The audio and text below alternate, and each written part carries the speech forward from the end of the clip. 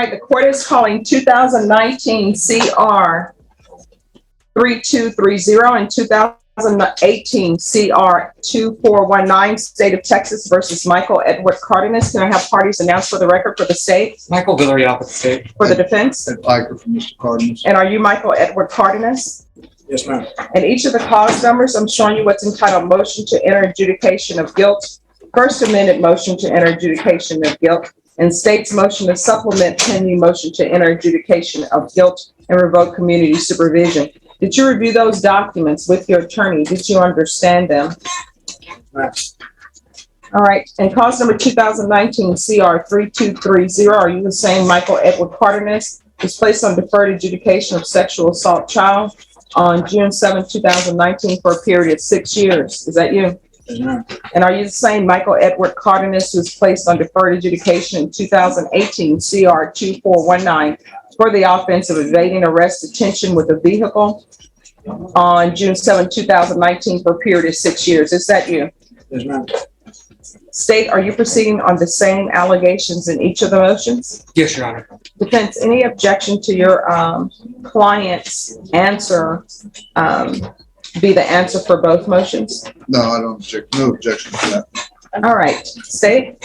Violated condition number 1, on or about the 31st day of January 2022 in Bexar County, Texas, the defendant Michael Edward Cardenas committed the offense of assault in violation condition number 1. Judge, we did not agree on which one it was going to be, but I said we weren't going to plead true to that.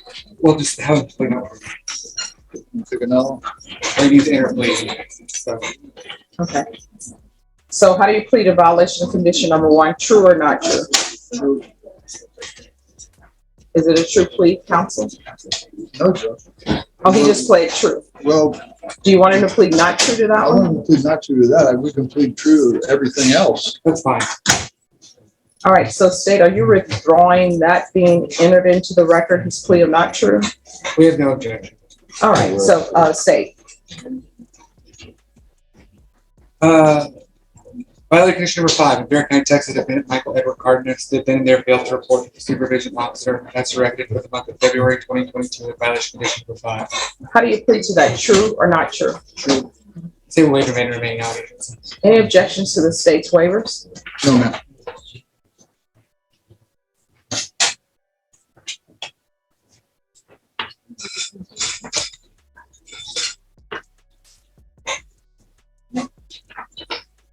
All right. Did you understand by pleading true to violation of condition number 5 in 2018 CR 2419, court could find it true, grant the motion, sentence you up to 10 years in prison and up to a $10,000 fine. Did you understand? Yes, ma'am. Knowing that, do you still wish to plead true to violation of condition number 5 in 2018 CR 2419? Yes, ma'am.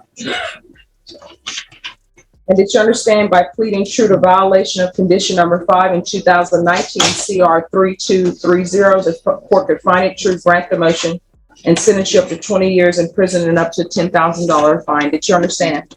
Yes, ma'am. Knowing that, do you still wish to plead true to violation of condition number 5 in 2019 CR 3230? Yes, ma'am. Then, and that cause number, the court will find violation of condition number 5 true. And as previously stated, the court is finding violation of condition number 5 in 2018 CR 2419 true. Is there an agreement? There's an agreed recommendation, Your Honor, and that is to grant the state's motion in each cause, enter an adjudication in each cause, and assess punishment of 5 years confinement in the Texas Department of Criminal Justice Institutional Division. And then the state is going to take into consideration CM cause number 95488, which is the assault case that's currently pending unindicted that he previously pled true to, but then withdrew. Defense, is that the agreement? Yes. Mr. Cardenas, are you asking the court to follow that agreement? I'm sorry? Yes, ma'am. Are you waiving your right to appeal? I'm sorry? Yes, ma'am. All right. Then in cause number 2018 CR 2419, the court will follow your agreement, sentence you to 5 years in the prison, give you credit for any time served, take in consideration CM 95488. And in cause number 2019 CR 3230, the court will follow your agreement, sentence you to 5 years in the prison, give you credit for any time served. This will run concurrent with 2018 CR 2419, and there's Chapter 62 registration. Just one moment.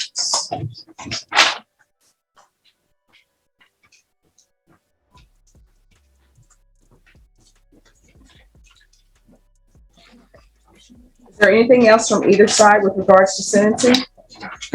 Not from defense.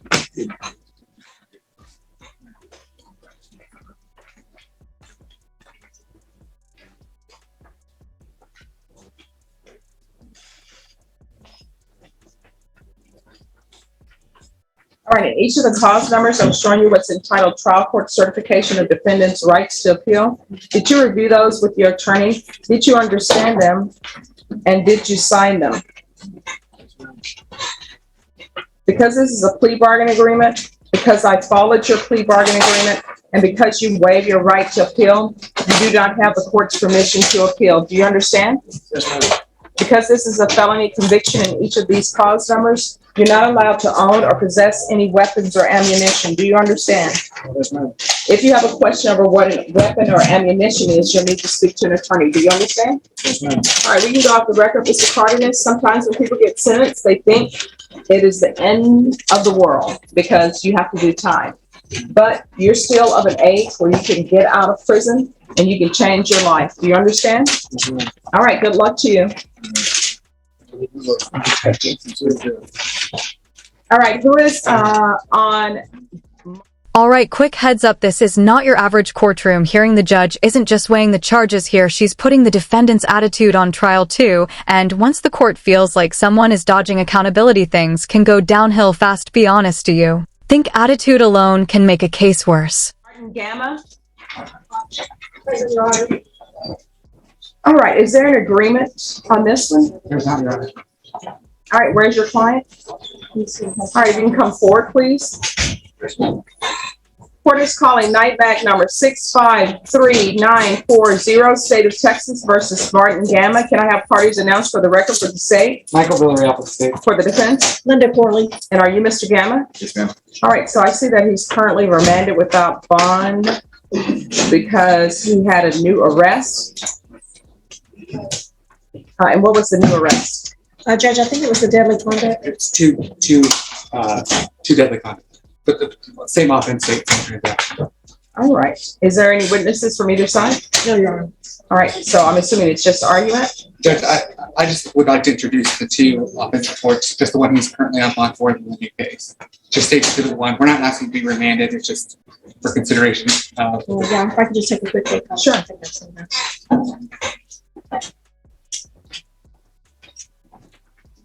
Okay, these are just. Yes. I have seen. No objections. All right, and what exhibits are they? Safety exhibit one is the case that he is currently on bond for, that's the police report. Safety exhibit number two is the new arrest cases, the deadly conduct cases. All right, any objection? No objections. All right, then states exhibits 1 and 2 are omitted for purposes of this hearing. The court will hear argument. Defense? Judge, we do have bond set on his other cases, Your Honor. I have had extensive conversations with my client and his family. We are requesting a $15,000 bond. And if the court allows him to have this bond, and I don't know if you find GPS necessary, if we could have partial house arrest so that he can work. He does have a job. Judge, he also is diabetic and has not been eating well in jail. Highly susceptible to COVID, so we would like to give him an opportunity to bond out if possible. All right, state. The state's asking for no less than a $30,000 bond, Judge. The fact is that he was on bond for a case, and then he reoffends with the same victim, as well as had 2 additional victims on it. That would be the 2 new deadly conduct cases. His original bond on this case was $10,000. I think that it's appropriate that his bond be no less than $30,000 for picking up a new offense with the same victim. Judge, we are looking at working out these cases as well. We have a plea offer that I'll be continuing to talk to my client and his family about, Judge. So we were just requesting that you set a bond. That this family's already having problems getting the money together. He has quite a few bonds, Judge, so we would ask for $15,000. Okay, here's the court's concern. And Mr. Gamma, I'm going to tell you what I told everybody else. Yes, ma'am.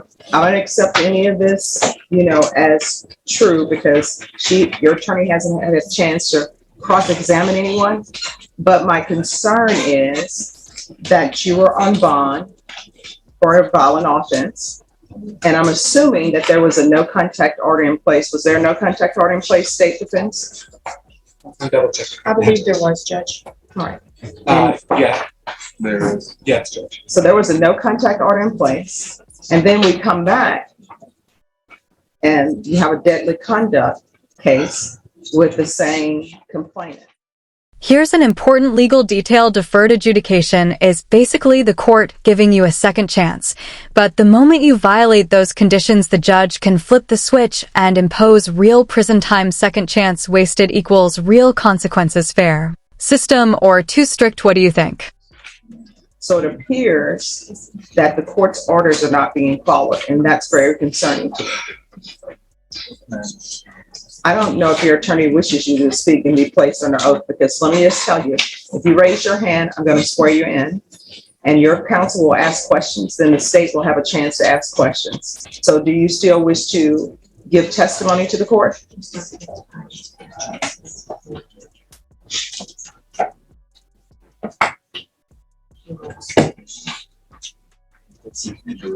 Judge, yes, I'd like to call as witness. All right, can you raise your right hand? Do you solemnly swear to affirm the testimony you give will be the truth and nothing but the truth, so help you God? Yes, ma'am. You can lower your hand, state your name for the record, please. My name is Martin Gama. All right, could everyone please to whisper? All right, defense. Thank you, Judge. Mr. Gomez, is there something you'd like to let the court know about in reference to going forward from here and being on bond? Yes. Go ahead. To speak up. Yes, ma'am. My wife and I were wanting to work things out. We're in the process. I was going to therapy and doing everything. That's the only reason why I didn't go with the order as far as the protective order. She wanted me home to help her with my son, who's 10 months of age. We just bought a house. How do you work out things with a gun? That's not, that was not with her. I mean, I'm just saying. The gun is, the That deadly was the Bolero, ma'am. conduct. Stop. The deadly conduct, Judge, was completely separate, strangers. Okay.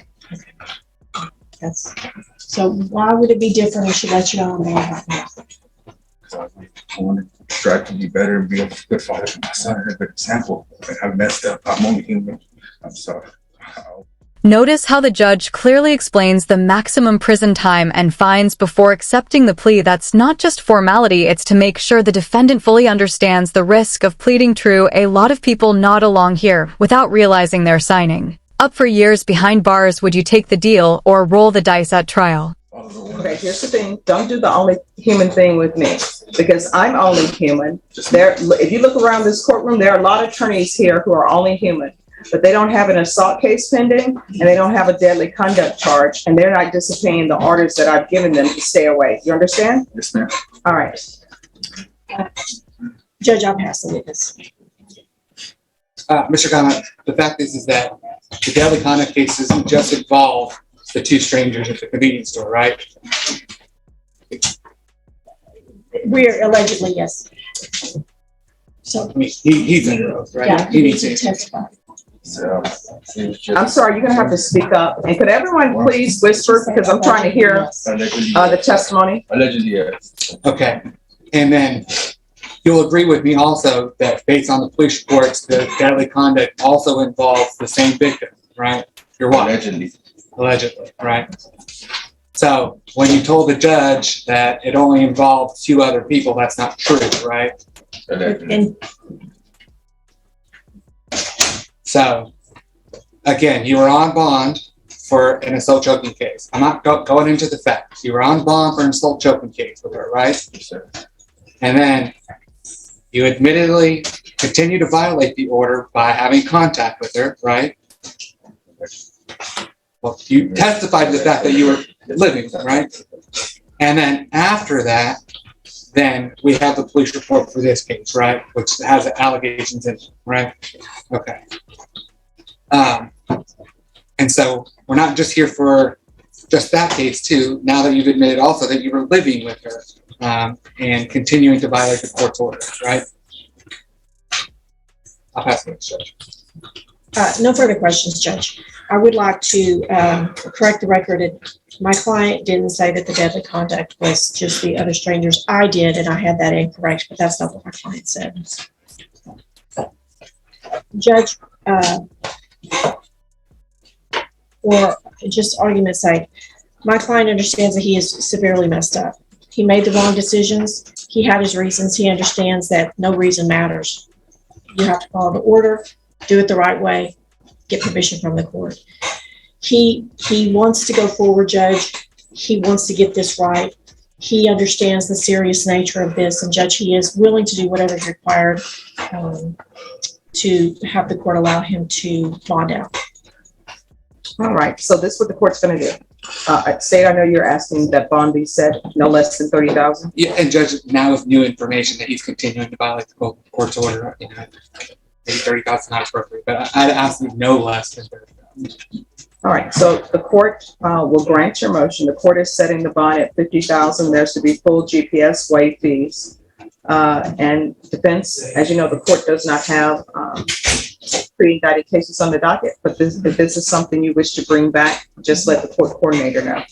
Judge, would you consider allowing him to work in order for him to do all this financial? He will need to work, and he does have a job. Once if he's released on custody, then the court will reconsider, but for now. This is where the tone shifts. The judge delivers the sentence, but also throws in a human moment, basically saying your life isn't over yet. It's rare to see discipline and empathy in the same breath in court. The real question is, will this be a wake-up call or just another stop in a repeating cycle?